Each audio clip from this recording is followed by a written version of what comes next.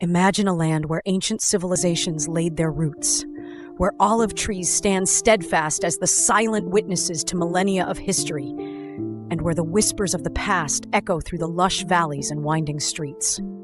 This was Palestine, a country of unrivaled beauty and culture before the turmoil of occupation cast its shadow. Let's take a journey back in time to a Palestine of flourishing orchards, bustling souks, serene villages, and cities bustling with life.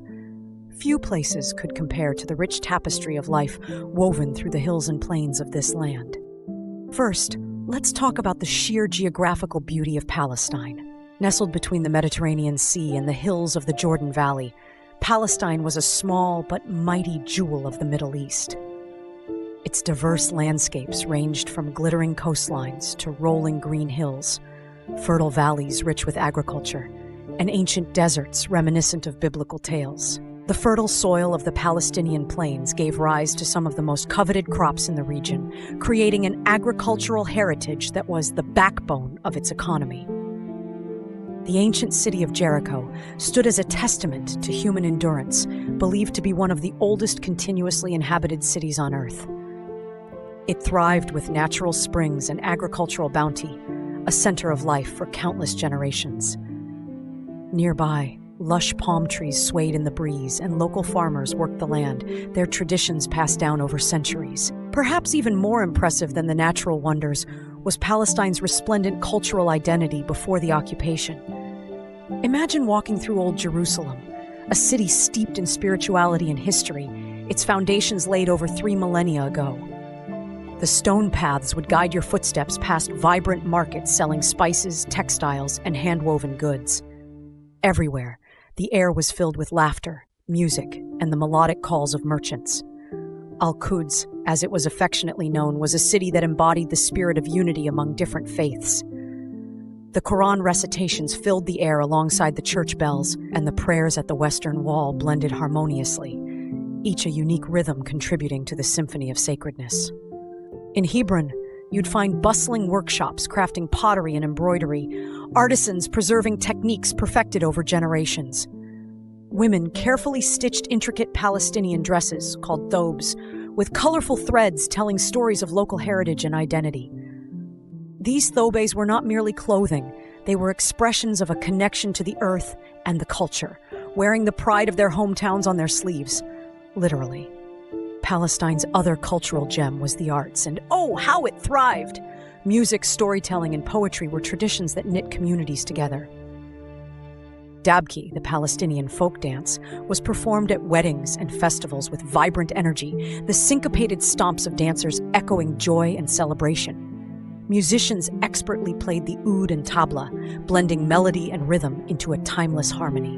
And then there's Jaffa, the radiant jewel of the Mediterranean. Before its dislocation, Jaffa was famed for its oranges, a global export symbolizing Palestinian craftsmanship and pride. Walking through its narrow streets, you'd encounter fishing harbors busy with boats bringing in fresh catches, bakeries filling the air with smells of freshly made cock bread, and cafes bustling with conversation over cups of aromatic Arabic coffee.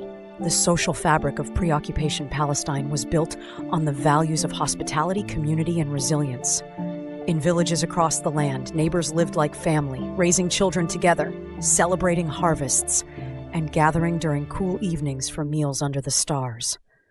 To be a guest in a Palestinian home was to be welcomed with open arms and plates of makluba, freshly baked bread, and endless glasses of sweet tea. Generosity spoke louder than words here, a way of life shared among all. The land itself was inseparably tied to its people's way of life. Agriculture wasn't just a trade or profession, it was an identity. The harvest of olives wasn't merely a victory for farmers. It was a communal celebration, where entire villages gathered to pick, press, and share the olive oil that symbolized abundance and tradition. Palestinian families lived close to the earth, building homes of limestone and clay, creating an architectural style that blended natural beauty with functionality. We cannot forget the skies above Palestine, skies where birds circled over orchards and valleys, skies that carried sunlight to the Dome of the Rock in Jerusalem, and moonlight to the gentle waves of Gaza's shore. It was the kind of sky you'd fall in love with, watching it stretch wide behind the ancient arches of Beit Lahem or over the waters of Lake Tiberias. And yet, with all its beauty and wonder, Palestine's most powerful trait was its spirit, the unyielding strength of its people. This was a country that had seen empires rise and fall, that had borne its scars throughout history, but still dared to dream, create, and thrive.